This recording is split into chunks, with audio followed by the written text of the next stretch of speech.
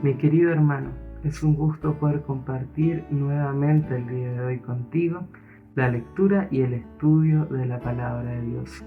Sobre todo hoy que empezaremos un nuevo libro.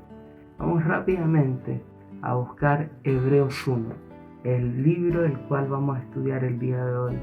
Hebreos es un título totalmente apropiado para este libro, ya que consideremos que el público que el autor tenía pensado al escribir este libro eran todos los cristianos de origen hebreo, de origen judío, que tenían un montón de tradiciones y una mentalidad totalmente especial en su cabeza. El autor con este libro busca cambiar las costumbres de ellos, que no eran necesarias, ya que Jesucristo había venido. Trata de explicar nuevamente el tema del santuario, a Jesús, aunque era una tarea difícil. Siempre es difícil tratar de cambiar la mentalidad de alguien, sobre todo si su pueblo lleva cientos y cientos de años de la misma forma. Por eso el autor es directo y antes de saludar incluso empieza a desarrollar un tema doctrinal. ¿Y cuál es este tema? Empieza a desarrollar a Jesús. Jesús será el fundamento de todo este libro.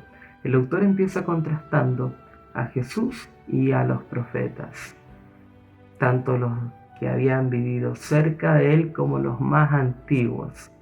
Entonces empieza diciendo que los profetas transmitieron en muchas ocasiones y de distintas maneras su mensaje. Aquí hay dos cositas que me gustaría recalcar. Siempre hubieron profetas, ¿no? En todo tiempo, los profetas no eran algo particular de una época. Siempre Dios envió a sus mensajeros. Y en segundo lugar, estos hablaban de distintas maneras, dependiendo del mensaje, dependiendo del contexto en el cual estaban, usaban distintos métodos para comunicar lo que Dios les había revelado. La revelación de los profetas, si bien era grande y de muchas maneras, como dice la palabra de Dios, no era completa. La revelación de Jesús sí era completa. Es más, si nosotros nos ponemos a pensar, los profetas eran amigos de Dios. Ellos habían logrado, junto con su comunión con Dios, entender la mente de Dios. Pero Jesús, como hijo de Dios, no solo entendía la mente de Dios, sino que tenía la misma mente, la misma mentalidad. Cerrando esta idea que el profeta desarrolla en pocos versículos, empieza ya a hablar de otro punto. Si en el punto anterior se encargaba de comparar a Jesús y los profetas para ver que Jesús es mayor que los profetas, ahora hace lo mismo con los ángeles. Ahora se propone demostrar que Jesús es superior a los ángeles. El hecho de que el autor haga esto demuestra que en la cultura judía, en el pensamiento judío, los ángeles tenían una importancia por sobre cualquier otra criatura creada por Dios. Imagínense lo siguiente, ¿no? Los ángeles eran para el pueblo judío los mediadores entre Dios y los hombres, ¿no? Dios hablaba a los hombres por medio de los ángeles. Los ángeles iban hasta los hombres y llevaban las oraciones de los hombres a la presencia de Dios. Todo esto en la mentalidad judía se ve reflejada también en las palabras que usan para nombrar a los ángeles. Las palabras para ángeles en griego y judío respectivamente son ángelos y malachim. Estas dos palabras también pueden ser traducidas como mensajero, ¿no?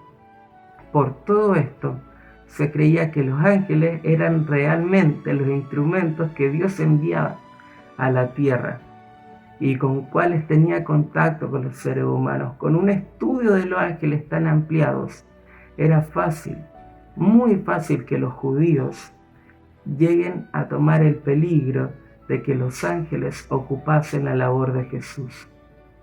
Los ángeles no son los intermediarios entre Dios y el hombre. ¿Quién es el único intermediario entre Dios y los hombres? Jesús. Y no hay ningún otro que pueda realizar esta tarea. Y esto el autor quería que se quedase en la mente de estos cristianos de origen hebreo. Era necesario mostrar que el Hijo de Dios estaba muy por encima que los ángeles. Había llegado un tiempo, mis queridos hermanos, en que el templo iba a ser destruido. Y si la fe de los judíos se basaba en el templo, iban a tener un gran problema. El autor quiere que los judíos que se habían convertido al cristianismo basen su fe no en el santuario, en el templo que habían construido, sino en el sumo sacerdote celestial, en Jesús. Y si su fe estaba basada en Jesús, no importaba que destruyesen, por ejemplo, el templo de Jerusalén o sus instituciones.